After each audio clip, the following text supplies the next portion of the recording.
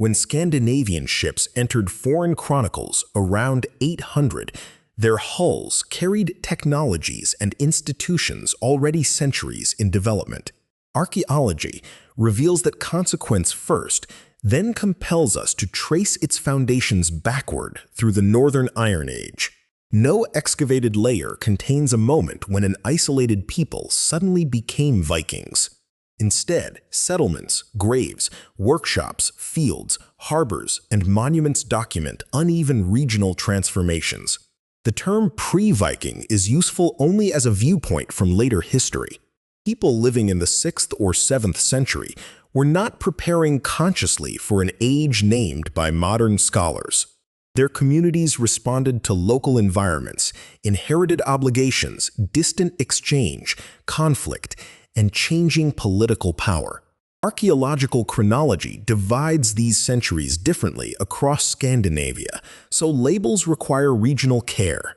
In much of Denmark, the Germanic Iron Age frames the centuries after Roman influence weakened.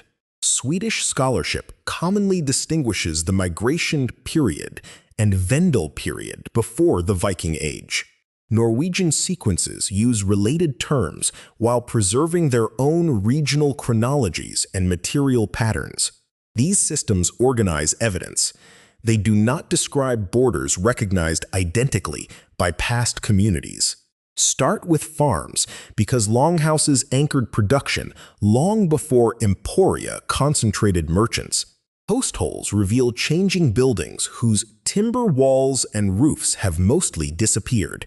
Hearths, storage pits, wells, animal bones, and charred grain reconstruct work more securely than household conversations. Barley and livestock remained central across many agricultural regions, supplemented by fishing, hunting, and gathering. Farm layouts changed over time, indicating adjustments in landholding, labor, and relations among neighboring households. In some places, settlements shifted repeatedly, while cultivated landscapes retained long continuity. Soil studies and plant remains can identify crops or local conditions without naming the farmers who managed them. Pollen sequences register broader vegetation change, though climate, grazing clearance, and fuel use can overlap. The household economy generated surpluses that supported specialists, travelers, dependents, and increasingly ambitious elites. Yet archaeology also exposes inequality within these rural worlds. Large halls, rich deposits, imported objects, and monumental graves cluster around selected centers. Gudme on Funen flourished especially during the later Roman and migration periods as an elite and craft landscape.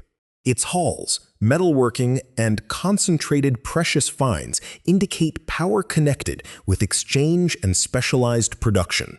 Gold bracteates from the migration period display imagery and inscriptions whose precise meanings remain debated. Their craftsmanship and distribution nevertheless reveal elite networks spanning regions beyond Scandinavia. Uppåkra in Scania developed over many centuries, combining settlement, craft production, imported material, and unusual ritual deposits. The site's continuity reaches from before the Viking Age well into it, challenging any sharp civilizational break around 800. Excavated buildings include a repeatedly rebuilt structure, often interpreted as serving ceremonial functions. That interpretation rests on architecture and deposits, not on a surviving account naming every activity performed there. At places like Uppåkra, political, economic, and religious roles may have overlapped. Central places did not form one standardized hierarchy across all Scandinavia. Some controlled fertile districts, others maritime corridors, craft expertise, ritual authority, or combinations of these advantages. The 6th century brought disruption visible in changing settlements, deposits, and elite expressions. Large volcanic eruptions beginning in 536 caused severe atmospheric effects recorded by natural archives beyond Scandinavia. Tree rings and ice cores establish climatic disturbance, while archaeology explores its uneven social consequences. Researchers debate how directly this crisis caused Scandinavian settlement change, famine, political reorganization, or religious response. No method can recover a single northern reaction applicable to every community. The period nevertheless warns against treating later expansion as steady population growth from an undisturbed background. Political worlds could contract and recombine before new centers gained prominence.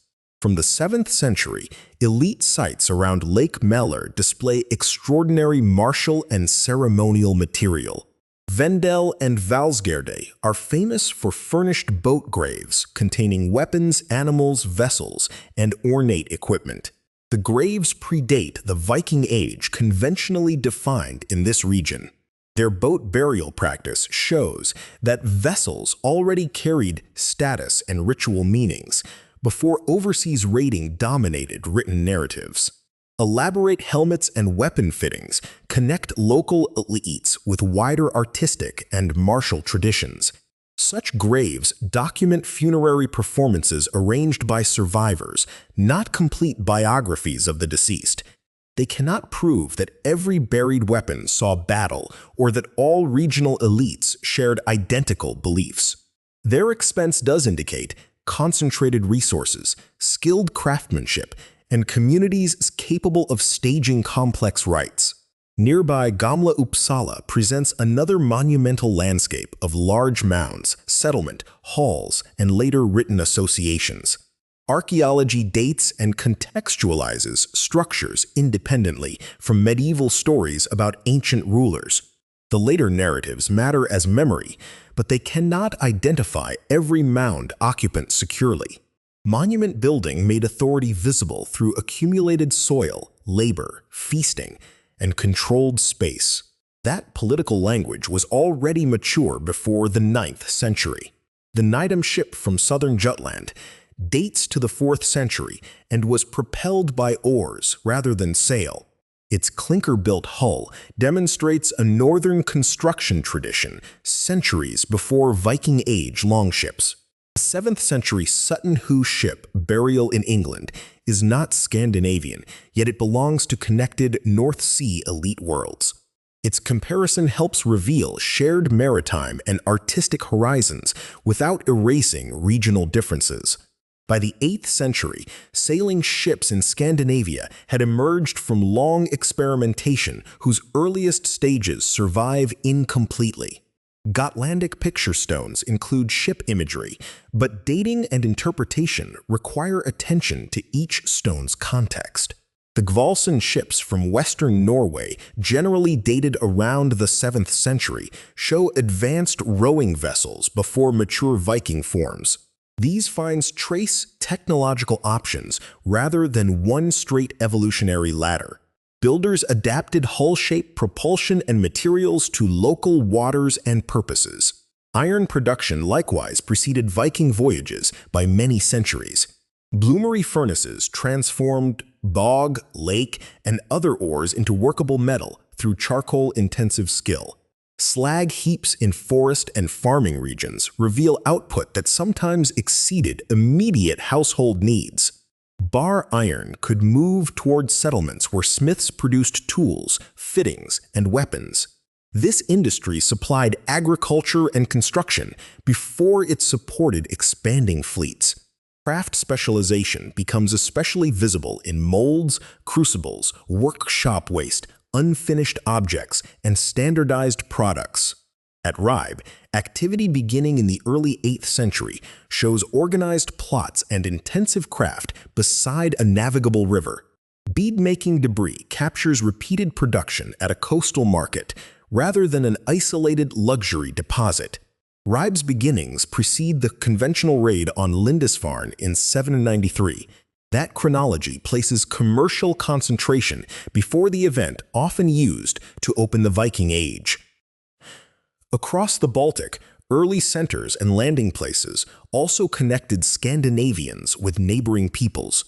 Imported glass, metals, ceramics, and coins record exchange through intermediaries, not automatic long-distance travel by each owner.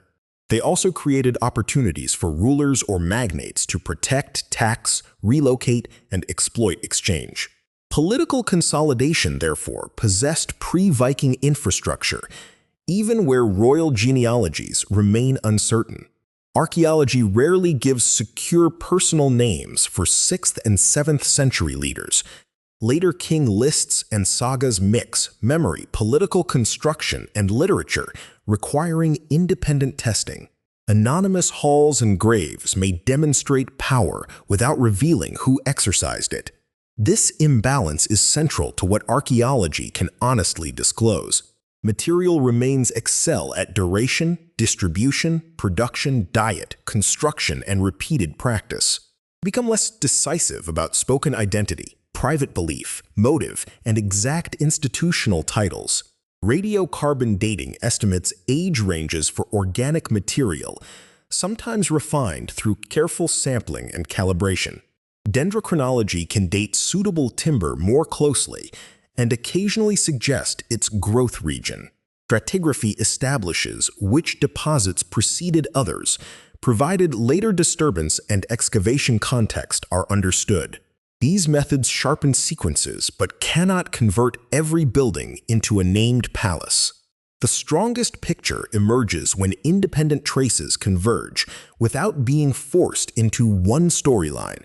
Farms supplied food, centers concentrated power, workshops multiplied skills, and waterways carried people between regional worlds. Climate shocks and political competition disrupted this system, while communities adapted unevenly.